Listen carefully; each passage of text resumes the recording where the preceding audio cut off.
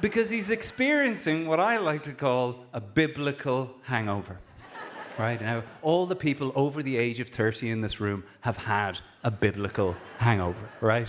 There's people under the age of 30 who are like, oh no, we have as well, we have, yeah. No, you haven't. You haven't, right? You know what I'm talking about. The people over 30, you get to the age of 30, you have your first biblical hangover. And you realize that all the hangovers up to that point weren't hangovers. You were just tired. That's all it was. Jesus Christ, because a biblical hangover it's a significant moment. It's a New Testament. There's you after and before, right? This is a hangover so bad you consider going to A&E, right? There's one above that. There's a hangover above that. It's the Birmingham 6 hangover. Is everybody, yeah, you know the Birmingham 6 hangover? It's the one you feel like there's been a miscarriage of justice. Like, this is all wrong, lads. This is not right. How the fuck am I this hungover? I didn't do anything wrong. I didn't do anything you didn't do. How am I in here and you're out there? This is not right. You're the Andy Dufresne of hangovers. That's who you are.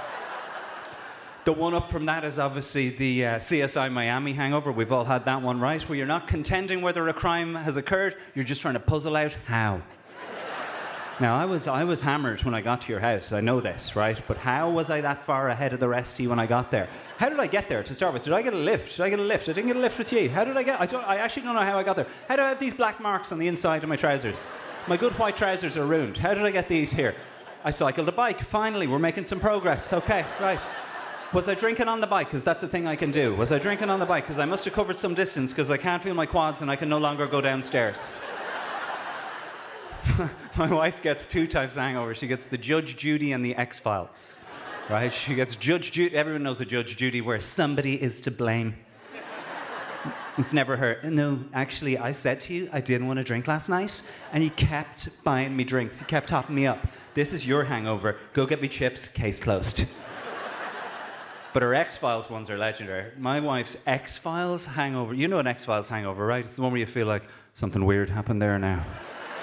I have 2.5 hours that are unaccounted for there. Here, what's that all about? Tina gets X-Files hangover so bad. She came into me on a Saturday morning and she said, Jar, last night was amazing. It was so good. I'm in smithereens, obviously. But you should have come out last night. I was like, I was there.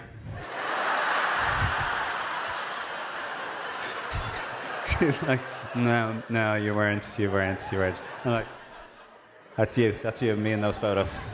That's weird. Where did those 2 hours go?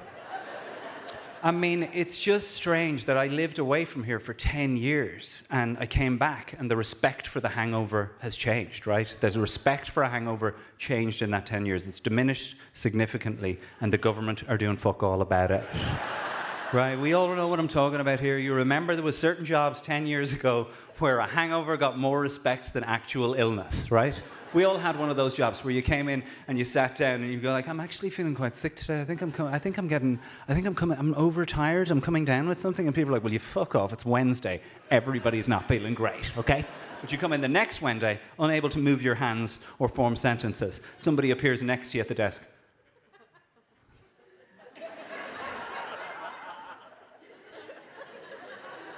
Were you out last night, or?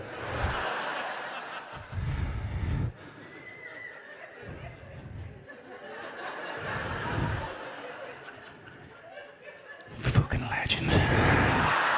Work experience guy, I don't know what your name is. Just go get him 2 large chips. I don't care where you have to drive to, take the money out of the petty cash. 2 large chips is what we need for him, a full Coke. Put them here, don't talk to him when you return. Close the blinds, take the phone off the hook, nobody talk to him.